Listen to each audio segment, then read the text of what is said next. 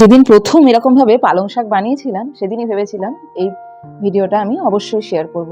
এমনভাবে পালং শাক বানাবেন, দুর্দান্ত খেতে স্বাদ হবে। তো আমি এখানে এক আটি মতো পালং শাক ভালোভাবে ধুয়ে নিয়েছি এবং ছোট ছোট করে কেটে জলে ধুয়ে নিয়েছি।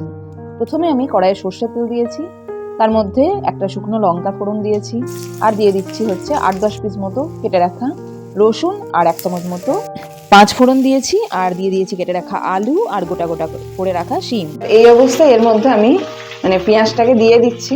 প্রথমে দিলে না একটু বেশি ভাজা হয়ে যেত, তাই জন্য এই অবস্থায় দিলাম। এবার এটাকে একটু নাড়াচাড়া করে নেব, কারণ কি এবার একটু ভাজা ভাজা টাইপের হয়েছে। এবারে যদি নাড়াচাড়া করে নিই, এরপরে আমি দিয়ে দেবো হচ্ছে বেগুনটাকে। এগুলো একটু শক্ত, তো এটা বেগুনটা খুব তাড়াতাড়ি ভাজা হয়ে যায়, তাই জন্য আলু আর শিমটা আগে দিয়ে দিয়েছি। এবারে দিয়ে দিচ্ছি বেগুনগুলোকে। বেগুনটা খুব নরম এবারে দিয়ে দিলাম। এবার এটাকে বেশ কিছুক্ষণ চালিয়ে নেব। বেগুন দেওয়ার পরে আর বেশিক্ষণ সময় লাগবে না, বেগুন তো খুব তাড়াতাড়ি গলে যায়। ওই আলু আর শিম এই দুটোকে একটু টাইম লাগবে। আর আমি শিমটা দেওয়া একটু গোটা গোটাই পছন্দ করি, কারণ কি এটা দেখতে যতটা ভালো লাগে, আমার তো দেখার জন্যই আমি বেশি ভালোবাসি এরকম করে গোটা গোটা দিতে। তবে আলু শিম বেগুন এই দিয়ে আমি বানাচ্ছি, আপনারা চাইলে এর মধ্যে মূলো গাজর বিভিন্ন রকম দিতে পারেন। আচ্ছা, আমরা যখনই সবুজ সবুজ কিছু রান্না করি তার মধ্যে হলুদটা একটু বেশি দিই, কারণ কি কালারটার জন্য।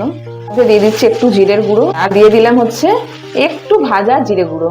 এটাকে কিন্তু রান্নাটা কিন্তু আমি আগে একদিন বানিয়েছিলাম, খেতে এত ভালো হয়েছিল, আমি ভেবেছিলাম যে নেক্সট যেদিনকে বানাবো সেদিনকে কিন্তু আমি অবশ্যই এটাকে শেয়ার করব। তো আজকে আমি ওই জন্যই শেয়ারটা করছি।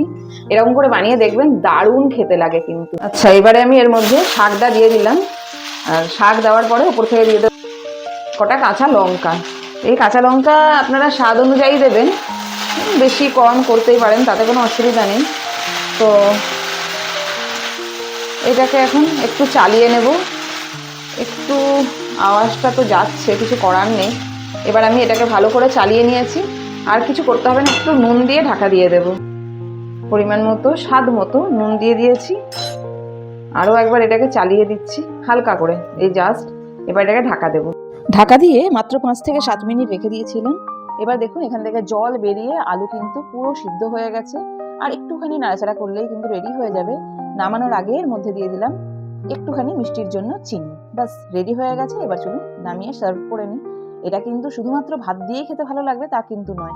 এটা যদি আপনি চান পরাঠা বা রুটি এটার সাথেও খেতে পারেন, খুবই ভালো লাগবে।